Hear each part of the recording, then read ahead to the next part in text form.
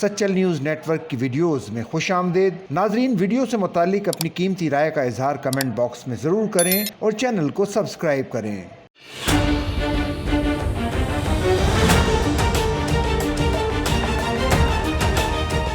دنیا میں ایک سال کے دوران کمرشل طیاروں کی پروازیں 4 کروڑ تک پہنچ گئی ہیں۔ امریکہ میں ہر سال 1.5 کروڑ سے زائد کمرشل پروازیں مسافروں کو منزل تک پہنچاتی ہیں۔ سال 2000 سے 2010 کی ایک دہائی کے دوران ہر سال اوسطاً 13 کمرشل طیارے حادثے کا شکار ہوئے۔ رواں برس 29 جنوری کو واشنگٹن کے دریائے پوٹومیک میں طیارہ گر کر تباہ ہونے کے واقعے نے امریکہ میں ایک بار پھر فضائی سفر کے محفوظ ہونے کی بحث کو جنم دیا ہے۔ اس واقعے میں 67 ہلاکتیں ہوئی تھیں۔ عام طور پر یہ تاثر پایا جاتا ہے کہ طیاروں کے حادثات میں اضافہ ہو رہا ہے، جبکہ ڈیٹا اس سے مختلف تصویر دکھاتا ہے۔ ایئر بیس کمانڈر پیریکو ڈورین 24 سال سے ہوا بازی کی صنعت سے وابستہ ہیں اور وہ سوشل میڈیا پر اپنی معلومات افزا ویڈیوز کی وجہ سے بہت مقبول ہیں۔ ڈورین کا کہنا ہے کہ فضائی حادثوں میں اضافے کا تاثر اعداد و شمار کے برخلاف ہے۔ ان کے بقول واشنگٹن میں ہونے والے حادثے سے قبل ایسا فضائی حادثہ 2013 میں ہوا تھا جس میں اموات بھی ہوئی تھیں۔ 12 سال تک کمرشل ایویشن میں ایک بھی حادثہ نہیں ہوا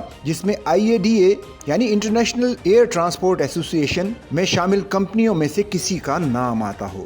دنیا بھر میں کام کرنے والی ایئر لائنز کی تنظیم انٹرنیشنل ایئر ٹرانسپورٹ ایسوسی ایشن کے اعداد و شمار کے مطابق فضائی سفر پہلے سے زیادہ محفوظ ہوا ہے۔ تنظیم کے مطابق 2000 سے 2010 کی ایک دہائی کے دوران ہر سال اوسطاً 13 کمرشل طیارے حادثے کا شکار ہوئے، جبکہ اس سے اگلی دہائی میں ہزاروں کی تعداد 3 کروڑ تک پہنچ گئی، لیکن ہر سال ہونے والے حادثات کی اوسط تعداد 9 پر آ گئی۔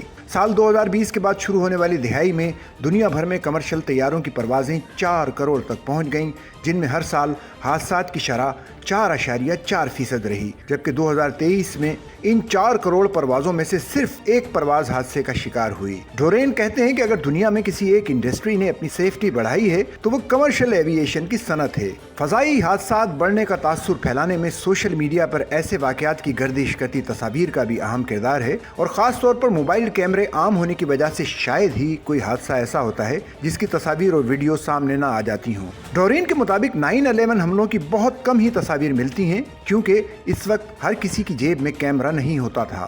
آج ہر حادثہ 5 یا 6 زاویوں سے ریکارڈ ہوتا ہے اور منٹوں سیکنڈوں میں صاف کوالٹی کی تصاویر وائرل ہو جاتی ہیں۔